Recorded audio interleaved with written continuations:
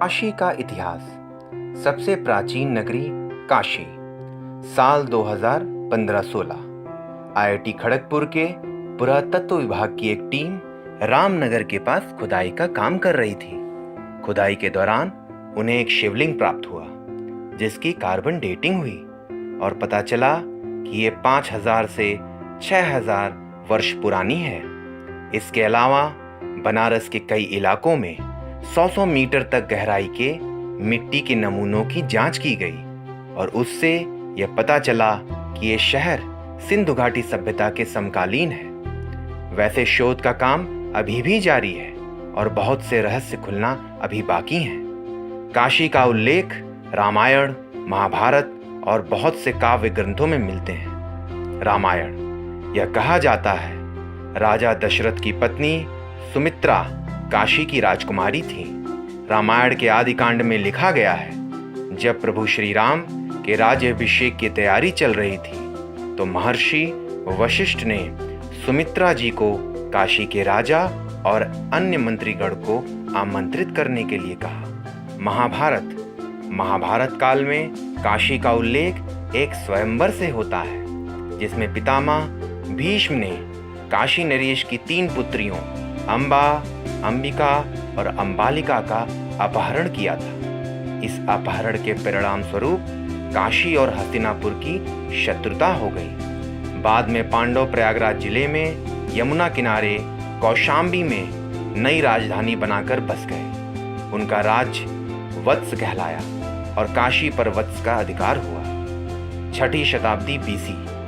भारत में 4 राज्य प्रबल थे जो एक दूसरे को जीतने के लिए आपस में बराबर लड़ते रहते थे। ये राज्य थे मगध, कौशल, वत्स और उज्जैनी। कभी काशी वत्सों के हाथ में जाती, कभी मगध के और कभी कौशल के। जब काशी मगध के राजा बिंबिसार के पास थी तब उनके बेटे अजातशत्रु ने पिता को मारकर गद्दी छीन ली। बाद में मगध की राजधानी राजगृह से पाटलिपुत्र चली गई और फिर कभी काशी पर अजातशत्रु ने आक्रमण नहीं किया। 4ठी शताब्दी BC। 4ठी शताब्दी में जब काशी मगध राज्य का हिस्सा था उस समय मौर्य वंश मगध की सत्ता में आई।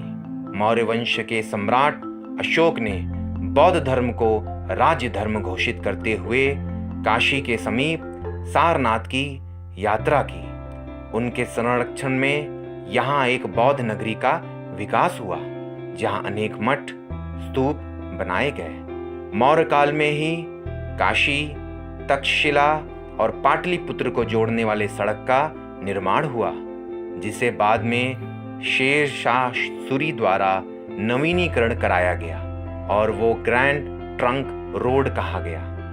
1ली शताब्दी ईसा पूर्व। मौर्य वंश के पतन के बाद कुषाण वंश के शासक कनिष्क शासन काल में काशी की समृद्धि अंधेरे में फैल गई और इस नगर में कोई भी विकास कार्य नहीं हुआ। 4ठी से 6वीं शताब्दी।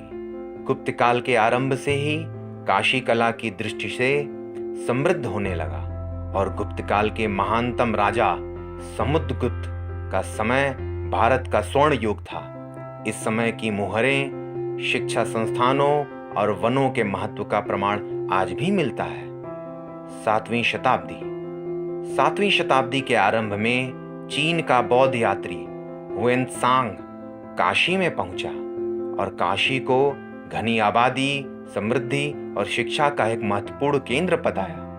उन्होंने 20 महत्वपूर्ण मंदिरों और एक शिवलिंग जो तांबे की बनी प्लेट से 30 मीटर ऊंची थी का उल्लेख किया। वास्तव में यह मौर्य स्तंभ था जिसका टूटा हुआ लट 1.5 मीटर लंबा जो आज भी काशी में है। 8वीं शताब्दी।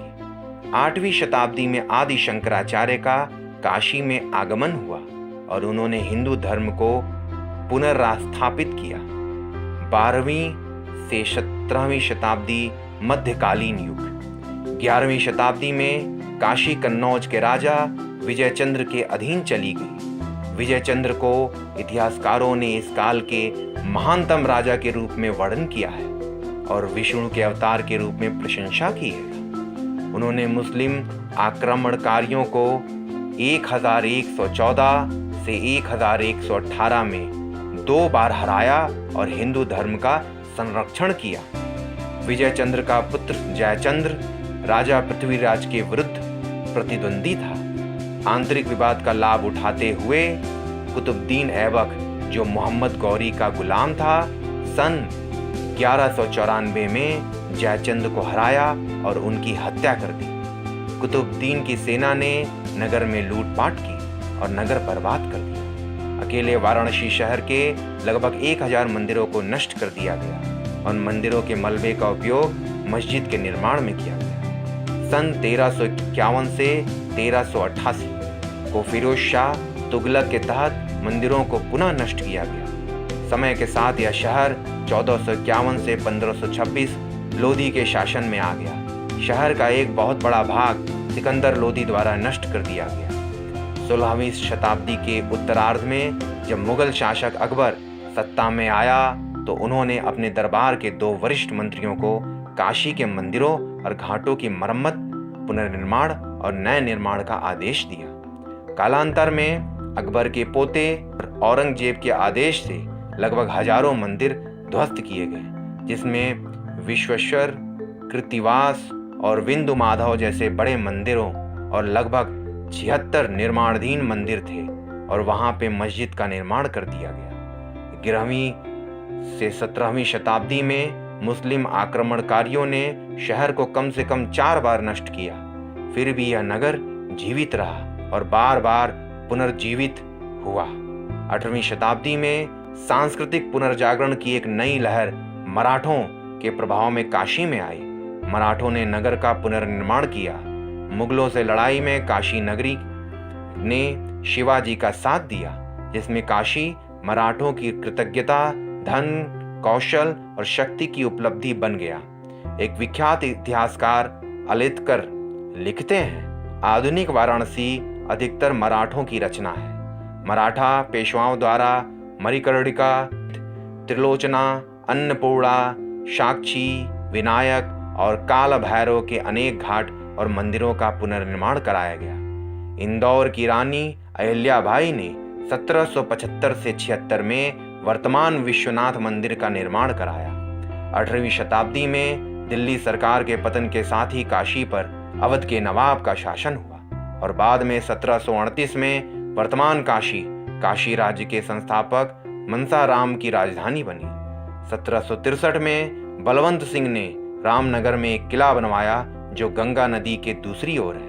अंत में 1794 में वाराणसी ब्रिटिश प्रशासन के अधीन आ गया, जिसे बनारस राज्य कहा जाता है। वाराणसी नगर की स्थापना 24 जनवरी 1959 को नगर निगम अधिनियम 1959 के तहत नगर पालिका के रूप में की गई थी और 1994 में इस नगर को अपग्रेड कर दिया गया था। इसका क्षेत्रफल लगभग 79.79 किलोमीटर स्क्वायर है और कुंज विहारी गुप्ता इस शहर के पहले मेयर और पीके कौल पहले नगर आयुक्त थे।